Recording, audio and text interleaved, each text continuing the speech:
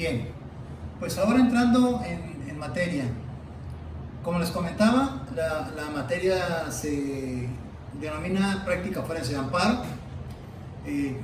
Su servidor Francisco López Sánchez, y esta es la lección número 1. Y les comentaba acerca del correo electrónico.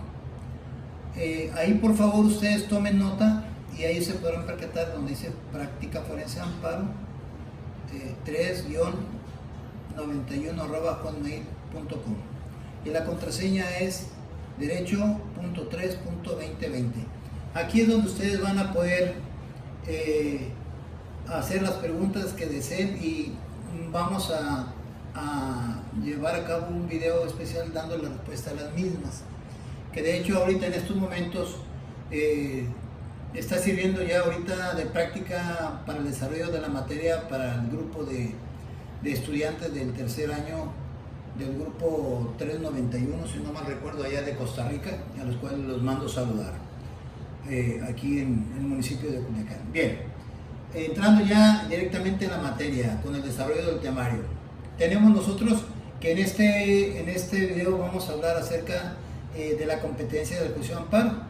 Vamos a hablar sobre el concepto de competencia, vamos a hablar sobre la división de la competencia en materia de amparo, vamos a hablar sobre la competencia objetiva y las reglas procesales aplicables al juicio de amparo, así como también la naturaleza del acto reclamado, y vamos a hablar sobre la competencia en relación al territorio, materia, grado, y ahí fue un error de dedo que se nos pasó, donde dice ni si alguien se, eso omítalo por favor. Bien, primeramente, competencia, concepto de la competencia en materia de amparo. Hablando de competencia en términos generales, la competencia es una facultad derivada del derecho, que ésta se encuentra establecida en una ley. En el caso particular, en relación a este tema, la competencia se encuentra establecida en la propia ley de amparo. ¿Qué pasa con esto? La competencia se le otorga a un órgano del Estado. ¿Por qué razón? Porque es el Estado mexicano quien se encuentra obligado y facultado constitucionalmente, según el artículo 17 de nuestra Constitución Federal, es la encargada de administrar justicia. ¿Y cómo va a poder administrar justicia? Pues simple y sencillamente ejercitando y aplicando el derecho y reconociendo el derecho o las obligaciones que en relación a los hechos controvertidos. Desde luego, esto es en base a la función que como jueces llevan a cabo. Jurídicamente se le denomina función jurisdiccional, y pues el único límite que tienen los jueces son los límites que la propia ley les establece. Es decir, el juez no puede llevar a cabo actos, no puede llevar ningún tipo de resolución en la cual no se encuentre legalmente facultado para ello. Yo les pongo un ejemplo en relación a la competencia. Por ejemplo, un juez en materia civil no puede resolver asuntos, mucho menos dictar sentencias en materia penal. Es decir, si existe una persona que se encuentra sujeta a un juicio de tipo penal, el juez, y fíjense bien, aún siendo un juez, aún teniendo facultades, pero ojo, el juez es facultado para resolver asuntos en materia civil, no en materia penal. Y si resolviera en materia penal ese juez facultado para resolver asuntos o conflictos en materia civil, simple y sencillamente estaríamos hablando que estaría alterando o incumpliendo la ley. En otras palabras, alterando el orden jurídico establecido, y viceversa. Un juez en materia penal tampoco podrá disolver un matrimonio civil. ¿Por qué razón? Pues por las razones que ustedes se imaginan, precisamente porque no tiene competencia. Podrán estar en la misma jurisdicción, podrán estar en Culiacán los dos, tanto el juez civil como el juez penal, pero tienen el mismo territorio, tienen la misma jurisdicción de facultades en cuanto a la aplicación de la ley, pero por razón de la materia no puede el juez civil sentenciar a un procesado penal, ni un juez penal podrá disolver un matrimonio civil. Por otra parte, el concepto de competencia en relación al juicio de amparo. Esto está clarísimo. El artículo 103 y 107 de nuestra Constitución mexicana, que el título oficial de nuestra Constitución Federal es Constitución Política de los Estados Unidos Mexicanos. Y el título oficial de la Ley de Amparo, como todo el mundo la conocemos como la Ley de Amparo, su título oficial es Ley Reglamentaria de los artículos 103 y 107 de la Constitución Política de los Estados Unidos Mexicanos. Pues bien, en la propia Ley de Amparo establece cuáles son las facultades, es decir, la competencia, tanto de los jueces de distrito, de los magistrados unitarios de circuito, de los magistrados de los tribunales colegiados de circuito, de los ministros de la Suprema Corte, entre otros, en la propia Ley de Amparo, que entre paréntesis es necesario que se tenga a la mano la Ley de Amparo, porque en el desarrollo de este temario vamos a estar remitiéndonos a la propia ley, y sí será conveniente que ustedes, cuando hagamos referencia a un artículo de la ley, a un precepto normativo, como se le conoce jurídicamente, ustedes puedan remitirse a la propia Ley de Amparo y sepamos todos de qué es lo que estamos hablando. Pues bien, la propia Ley de Amparo establece precisamente cuáles son las facultades para que los amparos indirectos, como los amparos directos, así como también los recursos que se lleven a cabo dentro de la substanciación o dentro del trámite de dichos juicios, vamos a saber nosotros quiénes son los que tienen facultades jurídicas para llevar a cabo ese tipo de actos procesales. Ahora bien, tiene este rubro donde habla acerca de la división de competencia en materia de amparo. Debemos nosotros de tomar en consideración que la misma ley de amparo para efecto de la impartición de justicia, con fundamento en el artículo 17 constitucional, pues ahí establece cuáles son la competencia que tiene la Suprema Corte de Justicia de la Nación, los plenos de circuito, los tribunales colegiados de circuito, los tribunales unitarios de circuito, los jueces de distrito, y además también establece las autoridades auxiliares del Poder Judicial de la Federación. Esto más que nada se trata de asuntos en materia penal generalmente, donde no existen tribunales de distrito, juzgados de distrito, que por razones de la urgencia del acto de autoridad tienen que ir ante un juzgado de distrito, pero no hay en ese lugar. Entonces se van ante los jueces de primera instancia del fuero común a presentar el juicio de garantías, solicitando la suspensión provisional del acto reclamado. Pero en ese caso el juez de primera instancia del fuero común está actuando en auxilio de los juzgados de distrito, porque así inclusive lo reconoce y lo establece, y no solamente lo reconoce y lo establece la Ley de Amparo, lo exige la Ley de Amparo. Pero eso lo vamos a ver nosotros en las facultades en lo particular. Bien, ¿qué es la competencia objetiva del juicio de amparo? Todo esto tiene una íntima relación. Nada más cuando hablamos nosotros de una competencia objetiva, son aquellas facultades que tiene cualquier autoridad jurisdiccional, o bien cualquier autoridad, aún no siendo jurisdiccional, aún no siendo juez, son las facultades que se encuentran establecidas en la ley. En este caso, en relación al juicio de amparo, se trata de que esas facultades se encuentran tanto en nuestra Constitución Federal como en la propia Ley de Amparo. Y esto a nosotros nos indica de que tanto los jueces como cualquier otro servidor público debe de sujetarse a los lineamientos que se encuentran establecidos en ellos. Y por tal razón, en este caso, en el juicio de amparo no es la excepción. Ninguna de las diversas autoridades, desde los juzgados de distrito hasta los ministros de la Suprema Corte de la Nación, no pueden ellos alterar el orden jurídico establecido. ¿Y cuáles son esas reglas procesales? Pues simple y sencillamente establecen, las reglas procesales son muy sencillas y lo vamos a ver más adelante. Una regla procesal nos establece que el juez de distrito, por ejemplo, simplemente y únicamente deberá de resolver y conocer lo que conforme a la ley de amparo y la Constitución Federal en su artículo 107 establece como facultades para que conozca en relación a ese tipo de actos procesales.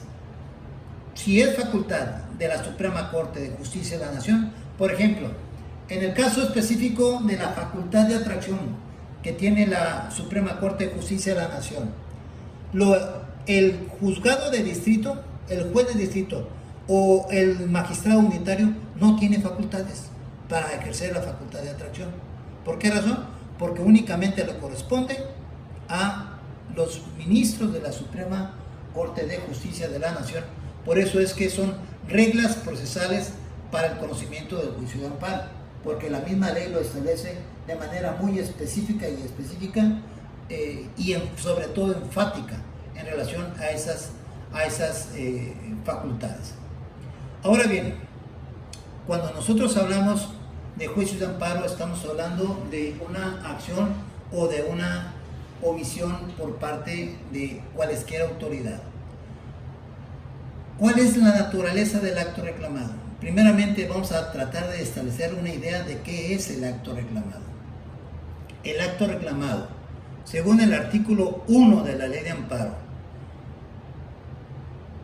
así como también el artículo 103 de la Constitución Federal, establece que el juicio de amparo es procedente contra la publicación de leyes o normas generales, pero también contra actos u omisiones de una autoridad.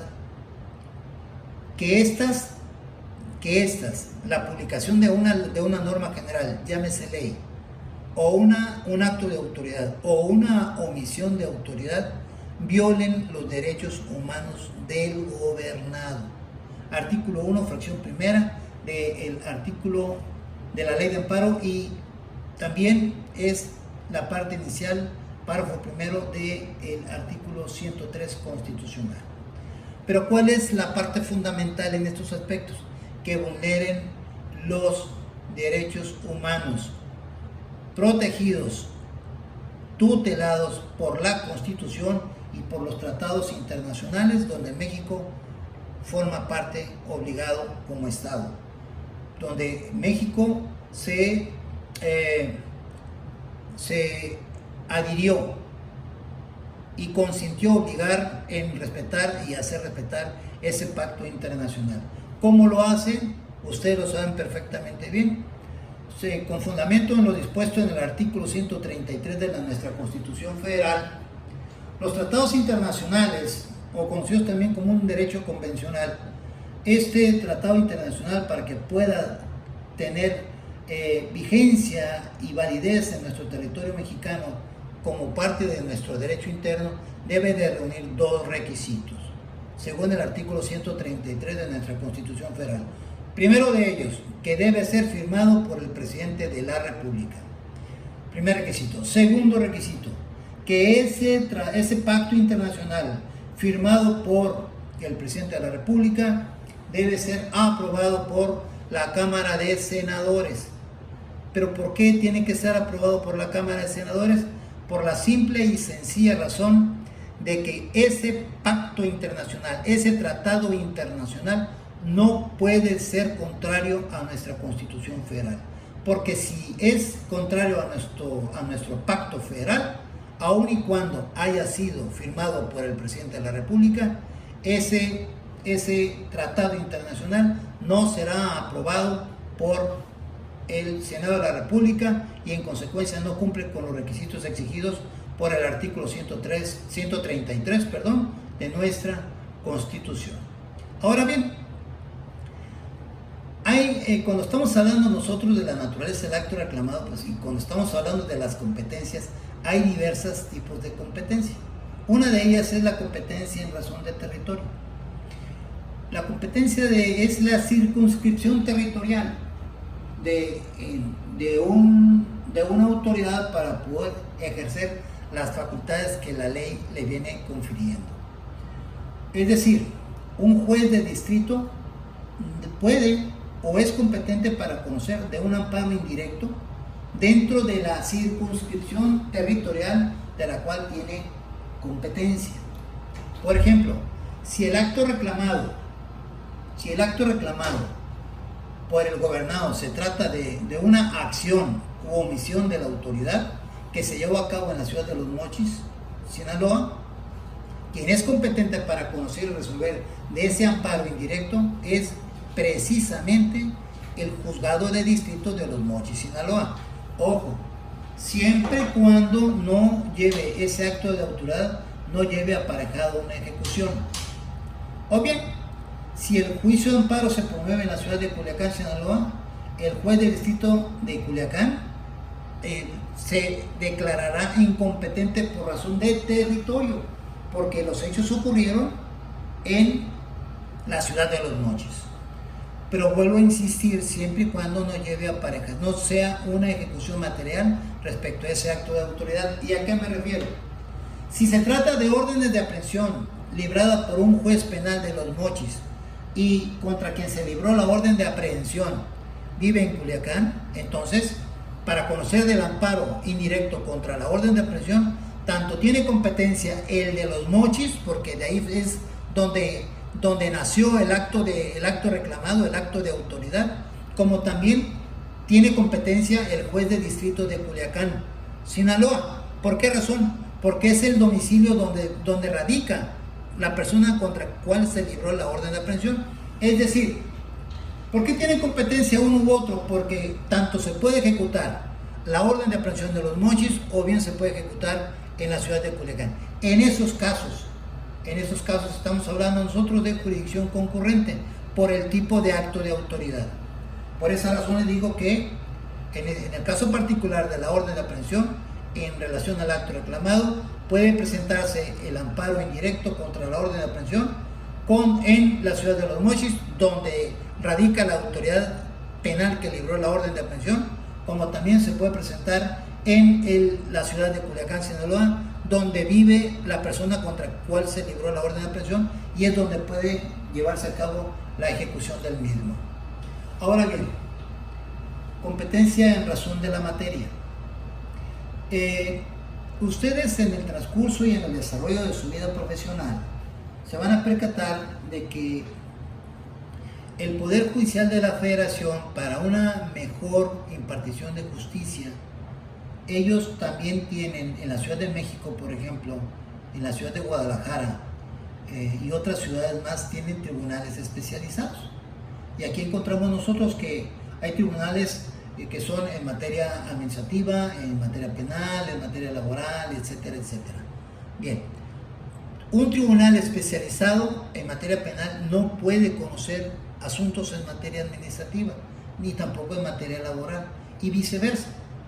Aquí en este caso, a manera de ejemplo, si el acto de autoridad que se reclama es en relación a una orden de aprehensión, el juez de distrito especializado en materia penal, por razón de la materia de qué se trata, es el competente para conocer del juicio de amparo. Y siguiendo este ejemplo, si el juez de distrito especializado en materia administrativa conoce del juicio de amparo en materia penal, está violando la ley. ¿Por qué razón? Porque no tiene competencia para conocer de este tipo de asuntos. ¿Por qué razón? Por razones de la materia. ¿Queda claro? Es decir, los jueces especializados o las autoridades especializadas no pueden conocer de otros asuntos que no sean de la materia para los cuales ellos fueron facultados. Tenemos otro tipo de competencia en juicio de amparo, competencia en razón de turno. Por ejemplo, en Culiacán, Sinaloa, hay 4 juzgados de distrito. ¿Qué ocurre?